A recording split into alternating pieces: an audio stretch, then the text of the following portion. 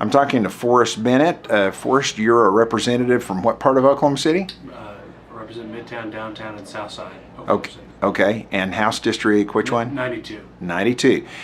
Forrest, coming from deep city, representing a deep part of the city, what kind of mental health issues do you see that cities have to deal with on a regular basis, where cities really have to depend upon the legislature to back them up financially? I mean, the density of urban environments lends itself to a higher concentration of people that you might run into with mental health issues. But then also, a lot of the clinics that are in Oklahoma City, attract those patients, and so it's just more prevalent. And there are a lot of people who come from across the state and visit some of the clinics that we have in Oklahoma City and Tulsa and other urban areas where they can get the services that they need. So you see that quite a bit in your district, I do. on the south side of Oklahoma City. Yeah, there's a clinic just south of where I live. Yeah. I share the bus with a lot of their clients anyway. So. Yeah.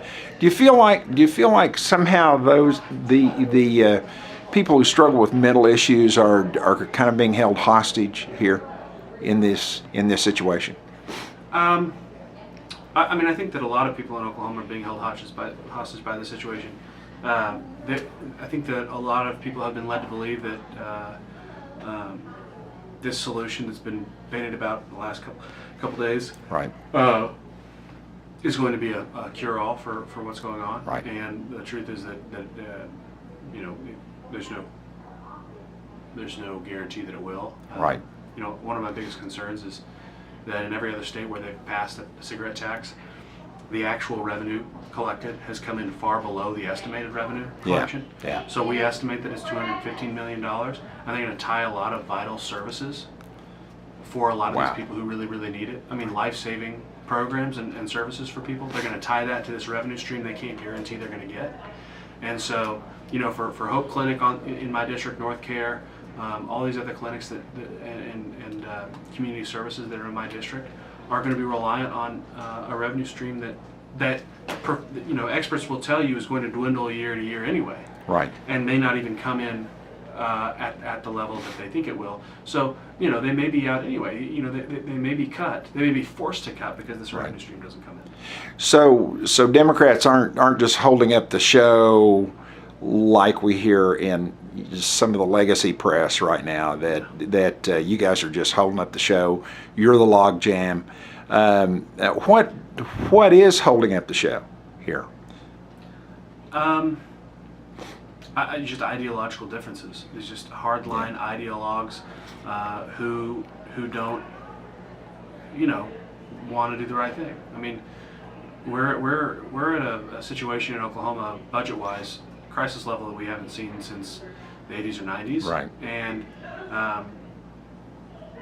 And the best we can do is a package full of regressive taxes. Right. I think that there's a subsection of the state, upper income people and corporations who've been held harmless. Yeah. At a time when no one, should be exempted from trying to help bring us out of this. I mean, everybody needs to pay their fair share. I've gotten calls just this morning, multiple calls from people in my district who say that they just don't know that they can absorb the cost of a gas tax. Yeah. And you know what else? Regardless of the true numbers and policy implications, the question that I get most frequently from my constituents is, why are they coming after the poor? Yeah. Why are they punishing the poor? Right. That's all of the taxes. The no tax ideologues here at the legislature don't seem to mind taxing certain segments of people, right? Mm-hmm. No, I guess gas tax, cigarette tax. They're not against taxes in general, are they? Push comes to shove, these are the people that they're willing to tax. Yeah. In an ideal world, I think that there are people who wouldn't raise taxes at all, and they've signed their pledges and all that. Sure. But when push comes to shove, and they absolutely have to do something, these are the people that they choose to target. And we can have conversations about whether Oklahoma needs to be a business-friendly environment, which it does. I mean, sure, and it is, and all of these things. But who would want to relocate their business to a state that cares so little for the least among us? Yeah. And that's what keeps me up at night. And this is not an easy decision for me. Plenty of us want to find a way to vote yes on some of these packages, but Yeah. when after months and months of thinking, the best that they can do is another layer of regressive taxes on people who can't afford it. And it adds up. It's a 6-cent gas tax here. Sure. It's a beer tax there, plus some increased county tax or municipal tax for this or that, and all of a sudden, the poorest in our communities are getting nickeled and dimed to the extent that they just can't absorb it anymore, and they are living quite literally in the shadows of the wealthy and corporate interests who are being held relatively harmless. And I worked too hard to get to this office to just fold and let that happen. So.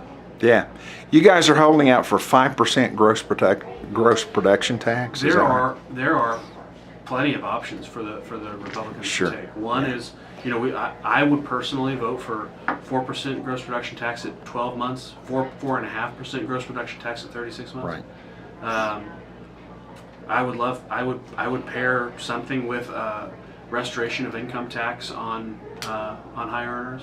Yeah. I personally would be willing to give up my income tax cut to fix this problem. Right. Because $20 for me for the entire year is Sure. not a whole lot, but $20 for somebody else might be quite a bit. But for me, $20 times all the other taxpayers in my bracket, you take that and the state of Oklahoma can give a teacher a pay raise, do all sorts of things with that can't do. It's just there are ways to work across the aisle that thus far I feel